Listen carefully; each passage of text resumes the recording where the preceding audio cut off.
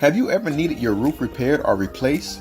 Most residential owners today use two types of asphalt shingle roof materials for style and cost efficiency. These types are called 3-tab and architectural shingles.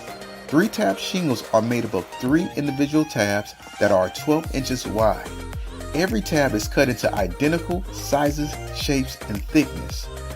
Benefits include a lower cost than architectural shingles, an easy to repair or replace option, as well as various color options to choose from.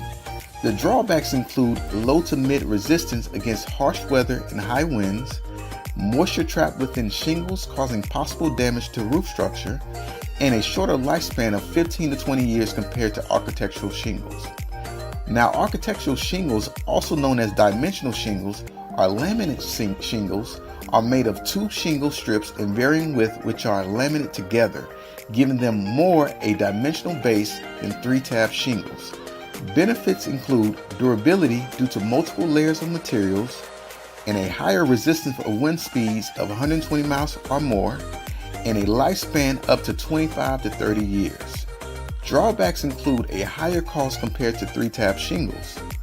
Thank you for watching this video. For more information related to home improvements and inspections, please visit our website at www.proinspectsolutions.com.